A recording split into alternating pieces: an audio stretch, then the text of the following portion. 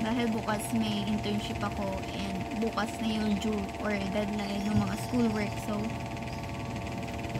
hindi kong gawin to. Wala akong choice. Hindi kong gawin. Marami akong ganap bukas. Like, fully pack. As in. And then, after internship, aalis kami. Like, mag-out of town kami for my mom's birthday. Birthday kasi ni mama sa 26. And, aalis kami 5 days. 5 days kami doon.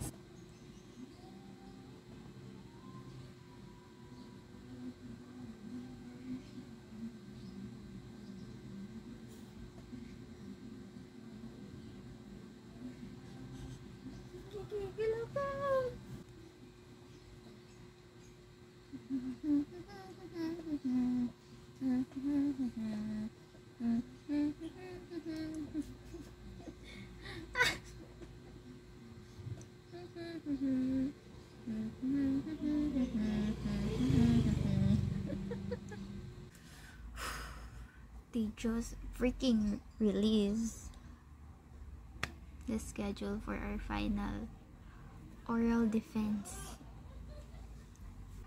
Bigla akong kinabahan. Like, nakaraang araw sabi ko like, okay, may defense. Pero hindi pa ako kinakabahan. Pero ngayon, kinakabahan ako. So, ang schedule namin is sa March 1. And, isa pa kami sa mga alay na unang-unang magdi-defense like 8 AM. Hindi man lang ginawang 11 AM man lang. So, finally, na-update ko na yung planner ko. Lately kasi, ewan ko, wala akong time mag-update ng planner. So, minsan isang araw update ko yung ilang days. So, ayan. Yung January, wala talaga akong like, lagi ako nagpa-planner ng January. Pero kasi simula nagka-internship, then nagka-lapaw na kami ng class. Ayun, medyo mahirap na rin humanap ng time. So, ayan, yung PEV.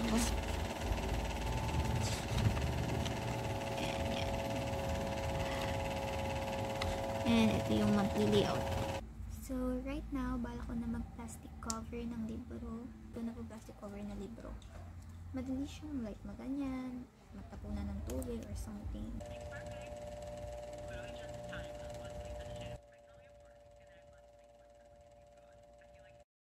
Fade just a little, it becomes invisible. I'd like to play this game inside my head where I go back in time to whatever stupid thing I've done and undo it. Plastic cover, which I really hate. Friends, did you not know? You remind me of some of my favorite books. I wrote my first romance novel and just wanted to send it to you. I watched your reading vlog of 1,000 Boy Kisses while reading it myself. I cried with you. Okay, good. So I wasn't crying.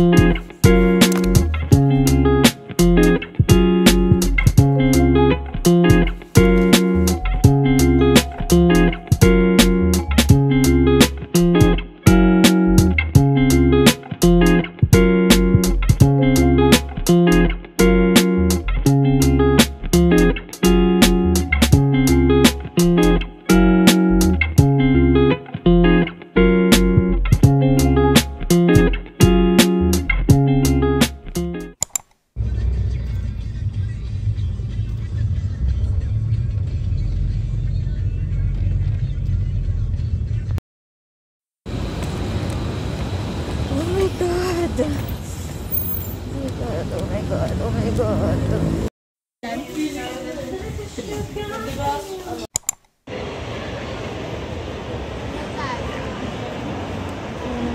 This is Mars.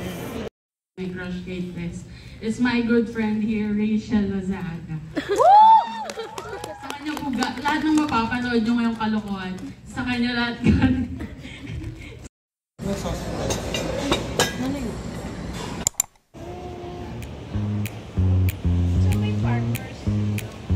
Hindi ako naniwala.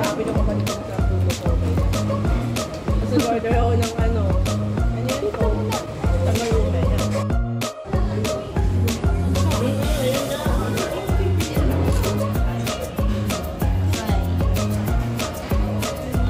Yan na yung kanina.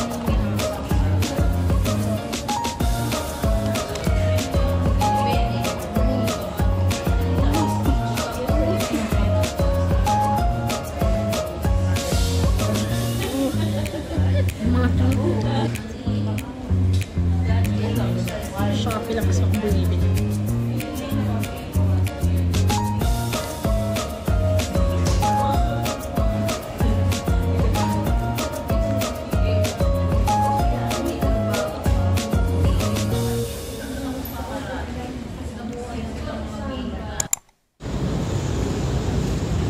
So scared to go inside Truly Book kasi meron ako hinahanap na libro and if meron dyan, alam na.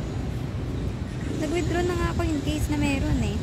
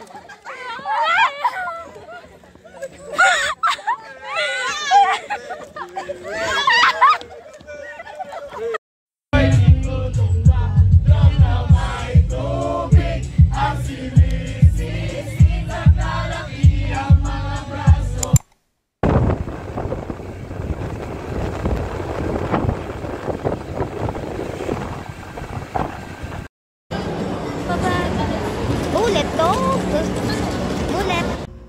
Hi guys! So, long time no vlog. Grabe kasi yung March, as in, grabe. Grabe yung month na yon.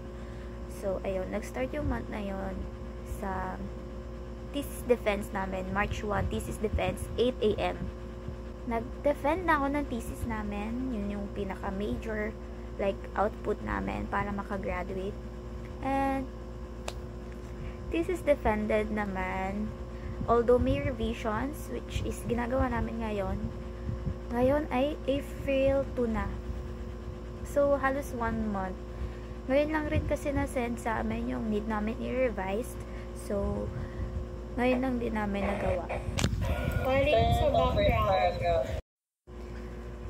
So, ayun nga, nakat ako kasi bigla kami nag-usap sa Discord. Pero after nito, meron pa akong ibang ACADS, like sa ibang subjects. Since, ayun nga, meron pa akong 2 subjects na tinitake. Actually, 4 subjects yung tinitake ko, pero yung isa, yun nga, yung research namin, which is yung thesis, tapos na, so hindi na nag-meet.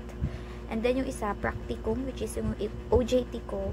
And yung dalawa, yun yung parang subjects ko talaga. Like, yun yung pinapasa ko kapag face-to-face classes.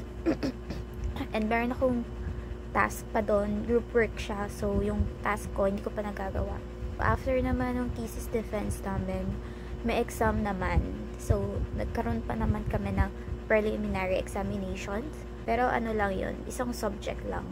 Since yung, ayun nga, practicum, thesis, tapos yung isa naman kasi output-based. So, walang exam doon. After naman ng exam is, ano bang nangyari? Actually, di ko na, feel ko 1 year ago na sobrang dami nangyari.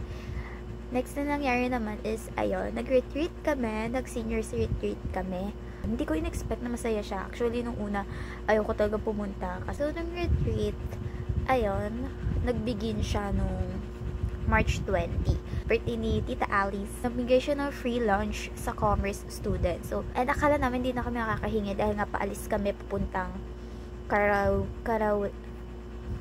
Calaruega. Ayan, nalimutan pa ni ba yung ano. Pero, kinuha kami ng mga prof namin and ayun, binigay sa amin habang nasa bus na kami. At ang binigay, alam niyo ba, 2-piece chicken joy meal. Tapos may spaghetti pa. Like, kami doon. Kumain na naman kami, be. Puro pagkain ang nangyari. Alam niyo ang nangyari sa akin? Ang sakit na ng tiyan ko. So, hirap na hirap ako nung day na yun kasi ang sakit ng tiyan ko. And, yung CR sa dorm ng girls, ang hina ng tubig. So, sabi ko, hindi kaya. Like, ayun, yung ginagawa kada retreat, may mga nag-talk, and then, ayun, makikinig kayo, may activity. After nun, dinner na naman, be. Ang sakit na talaga ng tiyan ko. After nun, may ano uli, like, activity, and then, ayun, matutulog na. Nakakatawa pag matutulog na kasi, nagmamadali lahat maligo sa gabi. As in, paunahan sa CR. So, ayun, lagi kami nauuna sa CR kasi, ewan ko, lagi kami nauuna. So, ayun, natulog akong masakit ang tiyan. The next day, breakfast pala muna. And then, ayun, may ano na uli, may parang activity. And then, AM snacks. And then, talk uli. Tapos, ayun, siesta time, which is the best. Yun yung pinaka-bet ko. Nung siesta time, ayun, nakahanap ako ng ibang CR. Like, hindi sa dorm ng girls. So, kasama ko yung friend ko. Pareho kasi kami masakit yung tiyan. So, ayun, tig-isa kaming cubicle kasi dalawa lang yung cubicle. And the relief after talaga. As in, iba yung feeling. Ang saya. Uli, after na siesta time, ayun, PM snack, and then, activity, and then, dinner. Tapos, after ng dinner, may bonfire. Then, the next day, ayun, pauwi na. So, may mass sa morning. And then, ayun, kain uli. Kain. Tapos, nag-picture lang. And then, ayun, umuwi na kami. And nung day na yon, lumabas na din yung RMP results. And thankfully, isa ako sa conditional passer. So, yung conditional passer, may binaksak kang subject. So, need mo i-retake. Ayun. Pass ka, pero may need kang i-retake. Medyo disappoint ako na conditional passer ako kasi ayoko na mag-retake. Actually, tinatamad na nga ako eh. So, ayun yung isa ko pang pinagdedesisyonan if mag-retake ako or no.